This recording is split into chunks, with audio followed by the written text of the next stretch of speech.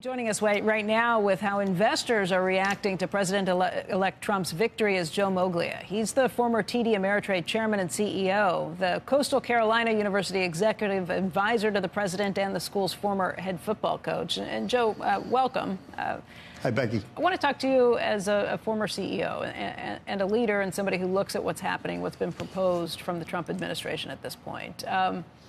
Markets are pretty excited about what's happening. What do you think? You want to look at the pros and cons and how you'd be looking at this if you're trying to run a business right now? Well, I think from a business perspective, most businesses are going to be reasonably excited, right? Just the fact that he's pro-business, just the fact that he's going to be aggressive with deregulation, all those things are positive. We're talking about lowering the corporate tax. All those things are positive. By the same token, while the market's gotten off to a tremendous start and there's a lot of euphoria as far as the market goes, there's still a lot of questions as to how is he actually going to execute all the things that he's got to execute. You know, what's Musk really going to wind up doing with regards to the $2 trillion cuts that they've got to be able to make? Are they going to be able to make those? Can they do it legally? What's going to happen? I would think with regard to the tariffs that Trump keeps talking about, that, you know, that's probably a negotiating tool, I would think, on his part. If he's selective and strategic with that, I think that could actually be very helpful. If he's doing some of the things that he talked about, the 100%, 60%, those things are not, they're kind of crazy. I don't see he's going to do that. But I think right now, from a business perspective and investor perspective, it's certainly far more positive than negative. You talk about markets' initial euphoria and the questions that remain. Look, we've seen a huge reaction, and if you want to look through the areas that have particularly done well, maybe an area like Bitcoin. Well, several years ago, Trump wasn't a big fan of Bitcoin. He wasn't a big fan of cryptocurrency. He is now. Now he's Mr. Bitcoin. Right. And we're going to have a strategic reserve.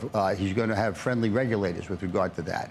Wants the United States to be the center of the cryptocurrency world. Those things are incredibly positive. Cryptocurrency in general, but very specifically Bitcoin, Ethereum, et cetera. I mean, this is a home run for Bitcoin. And that's very different than where he would have been several years ago. But a lot of people have changed their tune from where they were several years ago.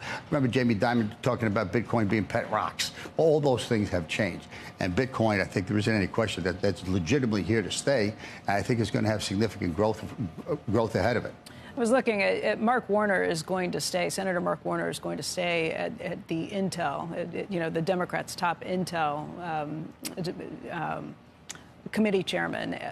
That leaves the way open for Elizabeth Warren to go to the top Democratic spot on the banking sector.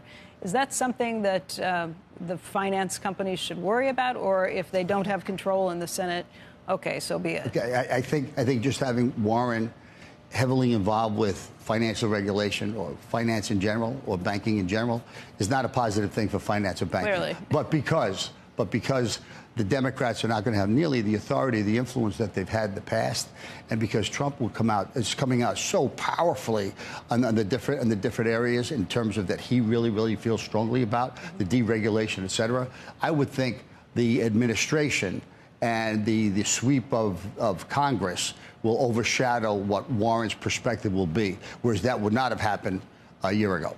You know, right now we're following so closely what the Trump administration is doing in the days leading up to the inauguration to get ready for things. But if you talk to business leaders, they're doing the same thing. They are talking very specifically about their wish lists, things that they would like to see happen. They are preparing their lobbyists to try and figure out some of these things. What kind of things would you be hearing behind the scenes about what's on the wish list, maybe for financials, maybe for other areas? No, but I think the biggest single thing is the deregulation. Right, so we've had the SEC has not been particularly friendly toward big business. It's not been particularly friendly toward M&A. It's not been particularly friendly toward cryptocurrency. Well, all those things are going to change now as we go forward. So just that. I think about the possibility of M&A going forward and the impact that's going to have on financial services and the entire brokerage world. We haven't seen a whole lot of M&A activity. We haven't seen a whole lot of investment banking revenues over the span of the last few years. I think that's going to be a home run over the span of the next year or two. And everybody's going to have their individual issues, but you've got a president now that is very much pro-business and very much pro-deregulation. And I can't imagine too many businesses that are not going to be, whether you liked him or not, whether you voted for him or not, that are not going to be excited about the forecast for their actual businesses. If you have business exposure to China, and there are a lot of U.S. businesses that do, how do you feel today? I'm concerned about that. China does not like us. China has all sorts of. China's had some real significant issues with regard to the economy over the span of the last several years. They have a horrible, what is it, 20% youth unemployment rate. And I think because they're a totalitarian state, I think the Chinese government's already said, you know, we're not going to count that. We're not going to count that. There's a lot of people who are trying to figure out what am I supposed to do with Apple, for example. What do you do with Starbucks?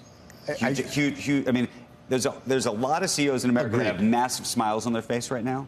But I also think it's a more complicated smile for some. I agree. No, I agree. And I think you got to look at how much of your actual percentage of business do you actually have in China? How much has that already been affected, Andrew, over the span of the last few years? And how much is that going to continue to be affected going forward?